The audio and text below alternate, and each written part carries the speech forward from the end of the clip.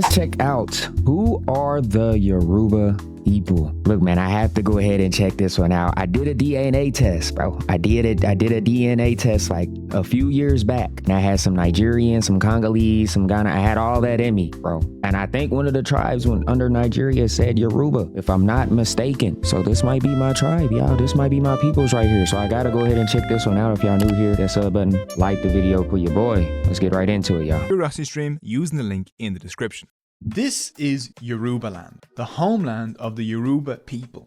With a population of about 46 million, the Yoruba are one of the largest ethnic groups in Africa and one of the three major ethnic groups in modern day Nigeria, along with the Hausa and the Igbo.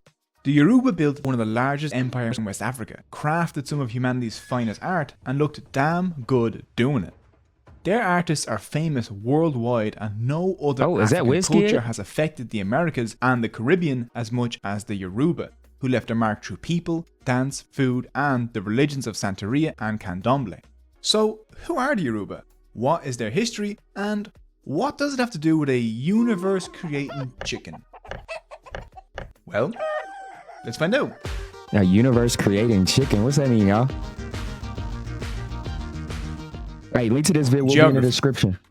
Yoruba land is a cultural region that stretches across southwestern Nigeria, Benin, and Togo. Most Yoruba live in Nigeria, where they make up 21% of the population. The largest cities in Yoruba land are Ilorin with 1 million people, Ibadan with 3.8 million, and Lagos, or Echo in the Yoruba language, with 15 million people. That's three times more people than live in my entire country. Yoruba land is a diverse landscape, with dense tropical forests and mangroves in the south and north. Oh, the crazy thing is, y'all, on my DNA test, I got a little bit of Ireland in me, a little bit of Irish in me too. It's like, but it's real small. It's like, it was like 2, 3, 5%. It was somewhere around there. But yeah, I got Yoruba. I had some Ireland in me, some Irish. Northwards, you'll find a rugged highland region where you can see these cool Inselbergs like Olosunta. And the north also has a Guinea savanna region. Yoruba land is home to the Mona monkey, the African forest elephant, leopards, the adorable Senegalese bush baby, and parrots, which have played a sacred role in Yoruba history. Language. There are many different Yoruba groups with their own unique cultures, but they are united by the Ede Yoruba, the Yoruba language, spoken by 47 million people. Yoruba is a tonal language, like Chinese, where the tone you use influences the meaning of the word. The tonal aspect of Yoruba means that it can be mimicked easily. For example, there is actually a form of whistled Yoruba used to communicate over long distances. This means people who have arrived for me. I know you lying. I know you lying, bro. A whistle? Like you whistle in the language? No, bro. Greetings at work. The Yoruba talking drum also speaks by mimicking the tonal and rhythmic features of Yoruba words. For millennia, the Yoruba passed on their history orally, and so the talking drum acted as one way to pass history from one generation to the next. Islam arrived in Yoruba land in the 14th century from Mali, Africa's great centre of Islamic learning, and brought with it Ajami, a form of Arabic script, which was the first script the Yoruba language was ever written in. In the 19th century, Christian missionaries introduced the Latin alphabet which Yoruba is now written in. Yoruba is just one name for Yoruba speakers. They also call themselves Omo Ile Kara Ojire, literally meaning the children of the land where we greet good morning, did you wake up well? There is a stereotype in Nigeria that it takes Yoruba 10 minutes to say hello. Yoruba are big on greetings, kind questions and showing respect. If one Yoruba walks by another Yoruba and they don't greet each other, you can safely assume there is some drama happening. There are many greeting styles depending on the person, time, weather and event.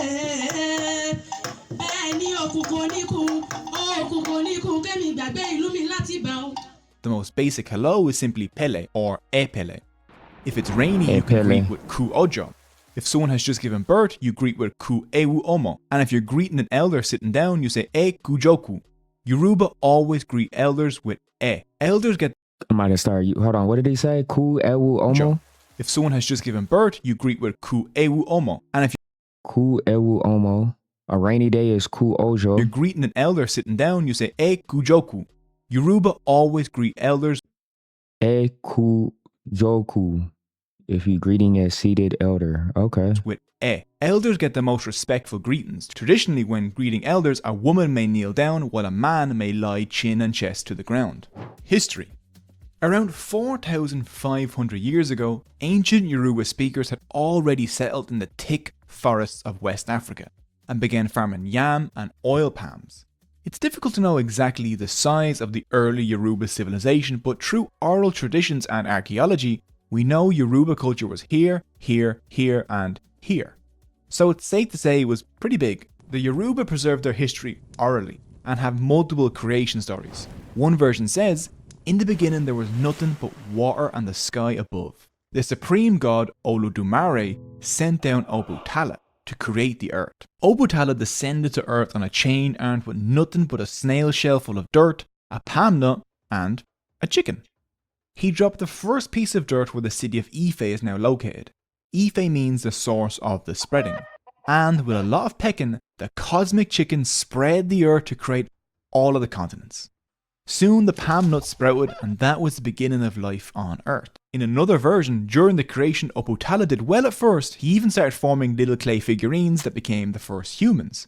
But Obutala got really drunk on some palm wine and couldn't finish the job of creation. And so the god Oludua finished it for him. It took about 4 days for the world to be created, and so the Yoruba calendar is made up of a 4-day week. Oduduwa is recognized as the father of the Yoruba people, and Ife is their symbolic center. Around the 700s BCE, the Yoruba were already producing iron. This was a huge development, one, because they somehow discovered ironworking before bronze, which has driven historians mad for years now, and two, because iron slaps. With iron hoes, machetes, axes and other tools, the Yoruba pushed the dark, dense forests away from their settlements. This opened up new farmland, settlements expanded, and trade grew. Iron was crucial. One of the Yoruba's most important gods, or Orishas, was Ogun, the god of iron and blacksmiths, also called the creator of civilizations.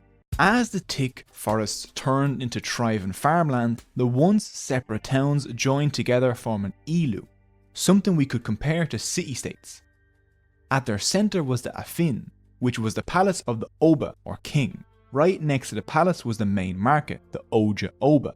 The rest of the city radiated out from there. The Yoruba became one of the most urbanized groups in ancient Africa. And what do urban societies have? Craftspeople, blacksmiths, weavers, sculptors, and all sorts of specialized professions. These masters of wood, stone, clay, and metal would travel between Ilus looking for work. The market was central to Yoruba life and was well organised with guilds and unions where both men and women could participate, but where women had a special place in trade, having at least one elected Iyaloja, or mother of the market, who represented the traders in the Oba's palace. The Yoruba traded widely on the trans-Sahara and West African trade routes. The most traded resources were yams, salt, iron, herbs, leather, palm oil, palm wine, raffia products, textiles, and the cola nut. That's the nut that was used to make the original Coca-Cola, along with cocaine. Really? Most Yoruba cities had multiple Hold on, what type of nut was that? products, textiles, and the cola nut. That's the nut that was The cola nut. So hold on, what's the difference of the cola nut and then like a cocaine like plant? Or does the cola nut come from a cocaine? Wait, hold on, used to what? make the original Coca-Cola, along with Does it have the same effect? cocaine. Most Yoruba cities had multiple shrines and beautifully maintained gardens, and were surrounded with massive mud walls. One settlement called Sungbo's Eridu, built by Queen Belixu Sungbo around 1000 CE, had a 160-kilometer wall and ditch defense system. This required moving about 3.5 million cubic meters of earth, 1 million more than the pyramids, and formed a ring covering an area of about 2,000 square kilometers. That's 50% larger than modern London. This was one of the largest building projects in history. It was hidden by hundreds of years of rainforest growth, but is now joining other great African engineering marvels such as the pyramids, Timbuktu's mosques, and Great Zimbabwe.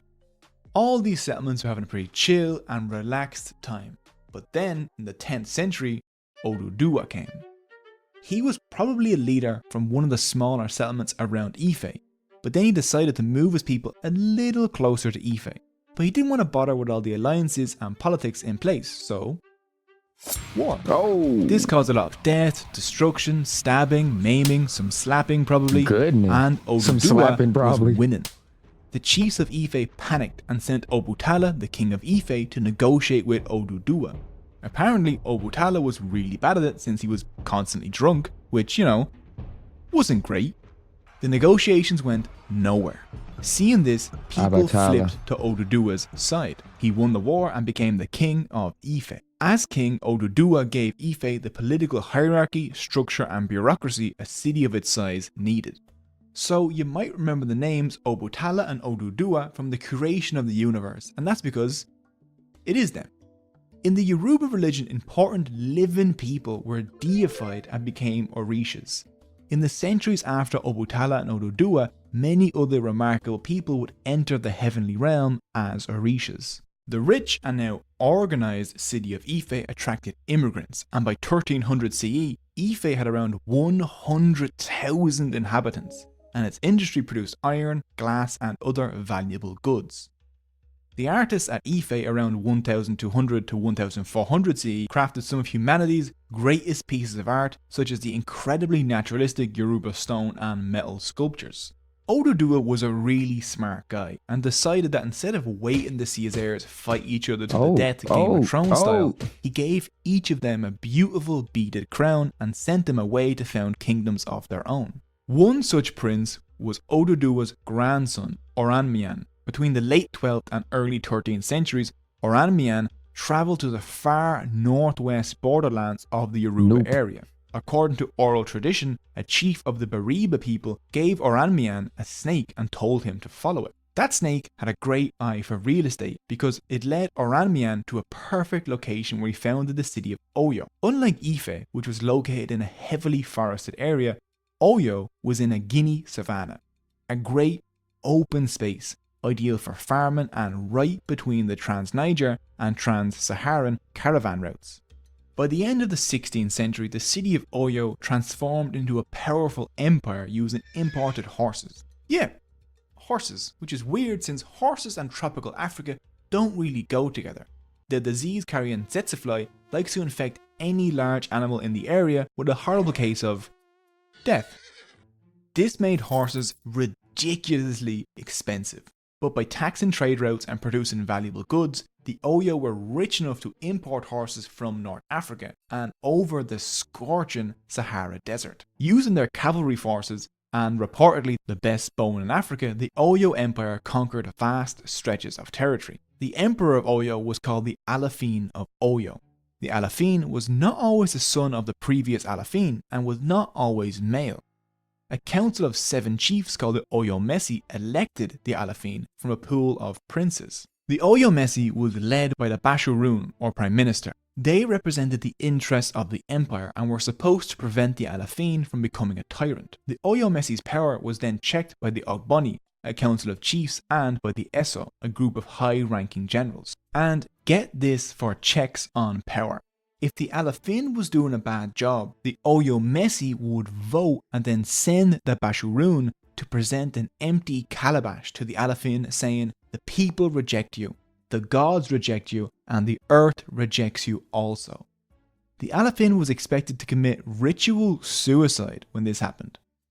This system of checks and balances kept the empire stable for centuries. By the middle of the 18th century, the Oyo were the largest empire in West Africa, connected to international markets and had tribute flowing in from conquered kingdoms. But with big empires comes big trouble.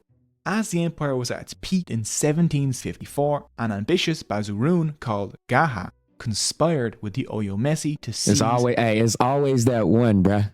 It's always that one in the group, power bro. for himself. He managed to get 4 successive Alafins to commit ritual suicide. Nah, that's wild. Went on That's for wild. 20 years. His scheme only came to an end in 1774 when the Alafin Abidun Hold on, so it's from 1754 to 1774? executed Gaha. He was going Alongside crazy. this, in the 15th and 16th centuries, Europeans arrived at the coast looking And for then here they humans to come, traffic. y'all. Here they come, y'all. I was waiting on them. Like, when was they gonna come and get us, bruh? When was they gonna come and get us, bro? which Here we go. created an insatiable demand for slaves. Compared to other states, the That's probably my ancestors right there. We talking about them right now. This is where my peoples come in right here. export of enslaved people from Yoruba land was small between 1500 and 1750. Legally, only convicted, hardened criminals could be enslaved, and the Yoruba did not enslave or even go to war with other Yoruba. Hold on. Did they just try to say that my ancestors were some criminals? Is that what he just said? Did he say only the hold on. Small between 1500 and 1750. Legally, only convicted, hardened criminals. Only convicted, hardened criminals. But don't say that. Don't say that. It Could wasn't be just them. enslaved, and the Yoruba did not enslave or even go to war with other Yoruba frequently. The peace the Oyo maintained kept Yoruba people off European slave ships. But things changed by the late 18th century. The Oyo peace was over and they were expanded. The peak of the slave trade and the Oyo military expansion overlapped, and the Oyo transformed into a large slave trading power by conquering their neighbours, mainly the Nupe, Bariba and Aja, and selling the war captives to middlemen traders at the coast, who then sold them to European and American slave traders. This business caused several revolts. Alongside these internal problems, the Oyo came under pressure from a Fulani invasion from the north. The empire cracked, and the resulting implosion of the Bruh, I feel like everything was good. I mean, yeah, we was having our problems, you know what I'm saying? People was, but why did we have to get into this, bro? Oyo left its people It's the Europeans, bro. Hey. Vulnerable to raids by neighbouring societies like the Dahomey and the Nupe. So while kings and generals got rich off slavery, and the greed of nobles brought the empire to its knees, it would be the average Yoruba that paid the price. Yoruba captives poured into the Atlantic slave trade in the first quarter of the 19th century. It makes sense now. It makes sense why my DNA, why Yoruba was in my DNA. It makes sense now, y'all. Okay, I wasn't expected even to get into that, but okay, now we understand. The collapse of Oyo led to 8 decades of warfare that devastated Yoruba land, which left them wide open for, you guessed it, imperial.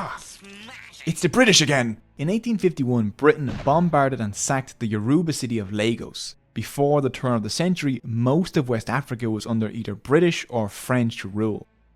The 19th century saw Christian missionaries arrive and convert millions of Yoruba to Christianity, sending the Yoruba religion them white people into were decline. bullies, bro. All the different people living in this area were merged together into the new colony and protectorate of Nigeria, which was ruled by British companies who forced the people to grow massive amounts of palm oil needed to fuel Britain's industrial revolution. It wasn't until 1960 that the Union Jack was lowered and the flag of the newly independent Nigeria took its place. Diaspora. The transatlantic slave trade dragged millions of Yoruba men, women, and children away from their homeland and forced them to build and maintain the economies of the New World. Around 12% of all enslaved people brought to Cuba were of Yoruba origin, and in Brazil they made up 40% of the people sold in the state of Bahia. Those who survived the horrific journey across the sea arrived in the Americas with nothing. While you can take the people away from their culture, you can never take the culture away from the people. Most enslaved people had to convert to Christianity, but the Yoruba reinterpreted Catholic saints as representations of Yoruba Orishas. For example, the Virgin Mary was seen as the Orisha Yemensha. When religions mix and form a new religion, it's called religious syncretism. This created something distinct from both Catholicism and the Yoruba religion in Africa. In Brazil and Uruguay it became Candomblé and Umbanda, and in the Caribbean it became Santeria or Lukumi. Yoruba words are still used during rituals in these religions even though the practitioners no longer speak Yoruba.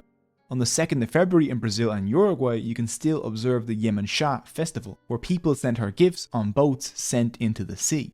Yoruba drums like the bata drum and talking drums can still be heard in Afro-Latin and Caribbean music, in capoeira practice in Brazil, and in reggae and hip-hop.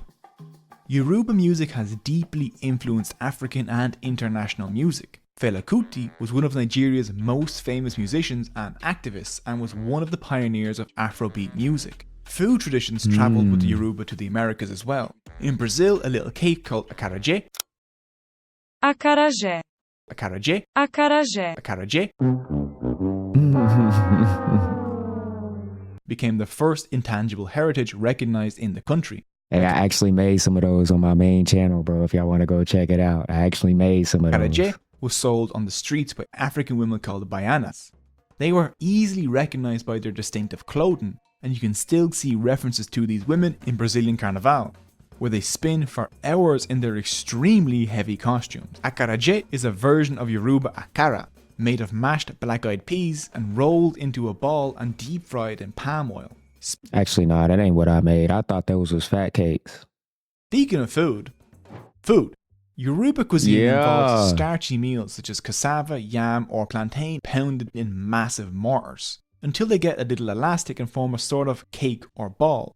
Varieties of this are called eba or iyan and are eaten alongside soups and stews. That look good. The Yoruba are known for their love of spice and chili peppers. Seriously, other Nigerians are in awe of Yoruba spice tolerance. One Yoruba saying is, a soul that does not eat pepper is a powerless soul. Some Yoruba favourites are okra soup, ofada rice, amala, eforiro, and egusi soup. And while this will destroy the comment section, some people say Yoruba make the best jollof rice. Religion. The traditional Yoruba religion is called Isheshe. There is one supreme god, Oludumare, who lives in the highest heaven. He's pretty distant because he's pretty busy with godly stuff. So on earth, he acts through the at least 401 I feel like I've heard that in an Afrobeat song. I feel like I've heard Burna Boy or WizKid say that in a song before. Orishas. Some Orishas are Ogun, the Orisha of iron, Eshu, the trickster Orisha of chance, and also the divine messenger, Oshun, the female Orisha of fertility, Sopano, the Orisha of smallpox and healing, who is very popular in the Americas, where he is called Babalu Aye, and Shango, the Orisha of lightning and thunder. Shango is another example of a real So Shango is basically Thor. Shango is Thor. historical king becoming an Orisha. Each believer and family will have a particular Orisha they feel connected to.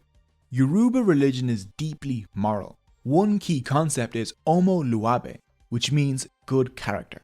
One must be humble, honest, and respectful, especially towards elders. One Yoruba proverb says, one's character is what accompanies one to the grave. Wealth does not go that far. The Yoruba are known for their love of parties and festivals, and they never miss out on a chance to host a fun event. Yoruba will throw a party to celebrate the success of a previous party. Yoruba weddings are known for their high fashion, dancing, huge guest lists, drumming, unique greetings, and of course, spraying money on the bride and groom. Yeah, I've seen that. Today, I've seen roughly that. 90% of Yoruba are either Christian or Muslim. The Yoruba are a fairly unique ethnic group in Africa because they're almost split 50-50 between being Christians and Muslims. Families can have members of both religions, and Yoruba tend to be less extreme on religious issues in Nigeria. A large number of Yoruba people continue to practice their traditional religions through festivals like Gelede. During this festival, the dances are performed by men, masquerading as elaborately costumed male and female figures. During this festival, you'll hear agogo bells, sekere, and talking drums. During the Igungun festival, the Yoruba worship dead ancestors as masked individuals impersonate the dead, and during the Osun Osogobo festival, the city is cleansed. Fashion. The Yoruba are a fashionable people and take immense pride in their colourful, well-made clothing. One of the oldest traditions is the use of an indigo dye to make a patterned cloth called adire, dating back to at least the 11th century. Another very traditional Yoruba textile is aso ike. This technique was created around the 15th century, and today it's still used for special occasions and ceremonies like weddings. Some traditional clothing includes the women's iro, a kind of wrap skirt, and the buba, a blouse. The men wear agbada, a robe, and sokoto, trousers. I like when the women wear their headpieces. I think them headpieces is fire. And let's not forget the very important matching headpieces worn by both men and women. Those right the men's there. cap is usually the fila, but it's the women's headpiece, the gele, that steals the show. The It's gele. made of a long piece of cloth draped in a particular way and wrapped around the head. Of course, the looks wouldn't be complete without beads, usually necklaces and bracelets. The Yoruba are a bead people. They love beads. Beads in the crowns, beads in their body, beads on the walls, beads everywhere. Legends say that the walls of King Oduduwa's palace were encrusted with beads. Although the palace didn't survive to our time, the tradition of giving relief to walls with beads was very strong and is still done today. Now, all around the world, millions of Yoruba people, most of them still living in West Africa, but also the millions of descendants of those brought to the Americas, and modern Yoruba that have moved abroad, still fight to keep their traditions alive. And today, you'll still find Yoruba people greeting the world with their vibrant culture, food, music, and fashion. I wish there was somewhere I could greet amazing educational videos. Oh wait, Cogito and a bunch of our greater friends. I think this is an ad. Let me see if we can skip this. Is there anything else he's going to talk about? For a limited time, curiosity. No, it's not. Shout out, man. Shout out Cogito, man. Hey, link to this vid will be in the description if you guys want to go check this out. But hey, I learned a lot in this video, bro. I learned a lot about my people, dog. I didn't even expect him to get into the whole Atlantic slave trade and things like that. I should have known, you know what I'm saying, it's part of the history, but yo, I learned a lot in this, man. If you learned something in this video, you know what I'm saying, leave a like, comment down below y'all thoughts. You feel me? But I hope you guys enjoy my reaction, my commentary. It is smash that like, sub the channel, guys. Stay tuned for y'all. Peace.